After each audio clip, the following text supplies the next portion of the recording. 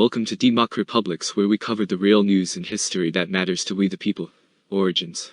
The first communist parties in the United States were founded in 1919 by dissident factions of the Socialist Party. The larger, which called itself the Communist Party of America, consisted of many of the former foreign-language federations of the Socialist Party, in particular the Russian Federation, and the former Michigan Socialist Party.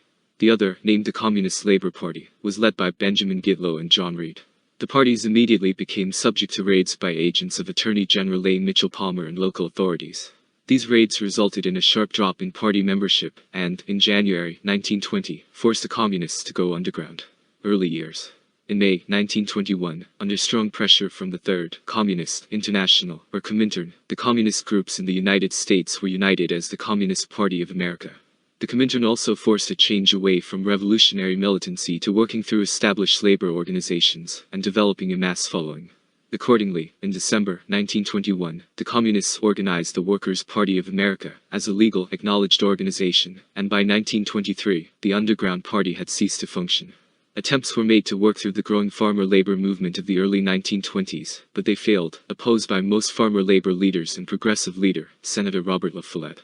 Unsuccessful communist-led strikes among textile workers in Passaic, New Jersey, 1926, in New Bedford, Massachusetts, 1928, and among New York City garment workers, 1926, also lessened communist influence in trade unions. During this period, two factions developed within the party. One, led by J. Lovestone, was generally socialist in background and concerned with political theory. The other, led by William Z. Foster and Earl Browder, was more syndicalist in background and interested in union activity.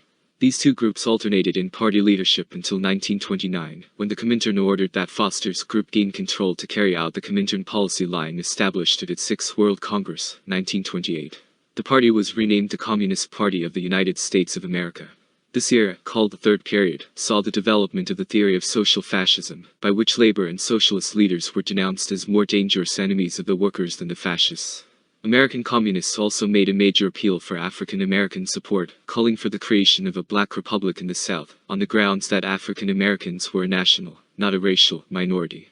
The adoption of the new party line coincided with the beginning of the Depression of 1929, and as the economic crisis grew, communist membership increased.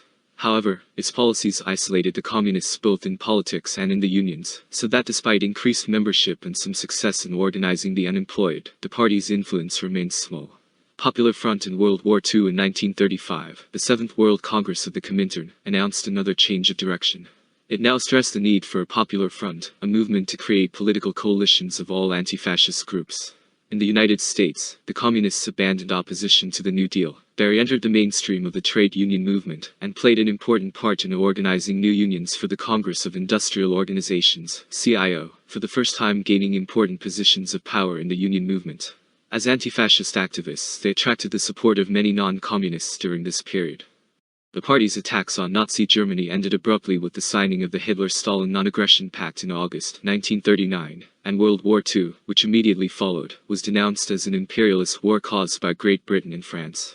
American defense preparations and aid to the Western democracies were vigorously opposed as warmongering, and communist-dominated unions were quick to go out on strike. However, when Germany attacked Russia in June 1941, the communist position on the war changed overnight from imperialist to democratic. The party, under the leadership of Earl Browder, now went all out in its support of the war.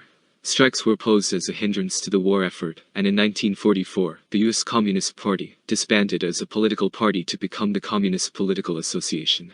The Cold War.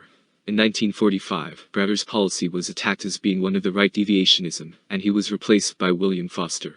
This change in line and the beginning of the Cold War brought the party, which had achieved relative respectability during the war, under renewed attack.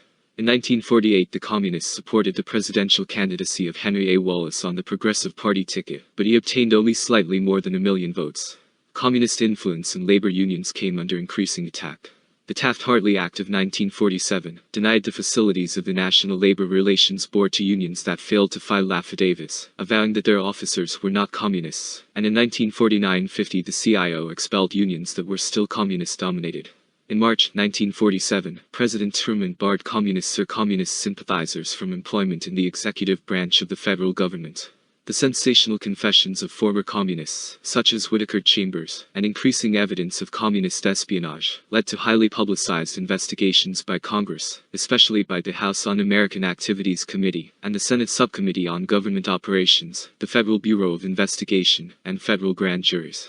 In October 1949, 11 top communist leaders were convicted on charges of conspiring to advocate the overthrow of the U.S. government. In June 1951, the Supreme Court found the Smith Act of 1940, under which the convictions had been obtained, constitutional, and the government proceeded to bring many lesser communist officials to trial. In 1950, the McCarran Internal Security Act required that all communist and communist-dominated organizations register with the federal government the names of all members and contributors, and the Communist Control Act of 1954 further strengthened the provisions of the McCarran Act by providing severe penalties for communists who failed to register, denying collective bargaining power to communist-dominated unions, and taking away the rights, privileges and immunities of the Communist Party as a legal organization. At the same time, many states passed Little Smith Acts, with such provisions as the requirement of loyalty oaths from state employees, and the denial of a place on the ballot to communist parties. This was also the period of Senator Joseph McCarthy's hysterical search for communists in all branches of government. In 1956, Nikita Khrushchev's denunciation of Stalin's excesses, along with the Russian suppression of the Hungarian revolt in that same year, created new schisms in the U.S. Communist Party, which lost thousands of members.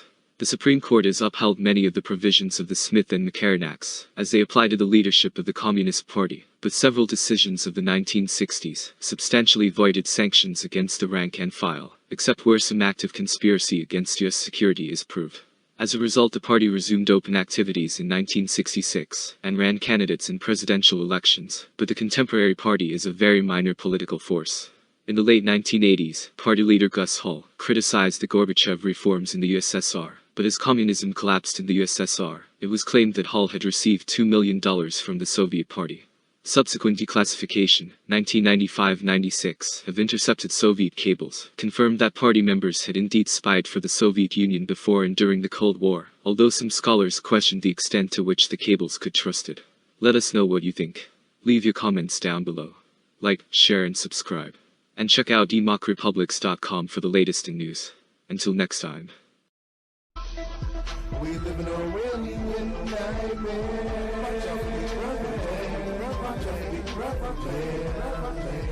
We live in a really nightmare.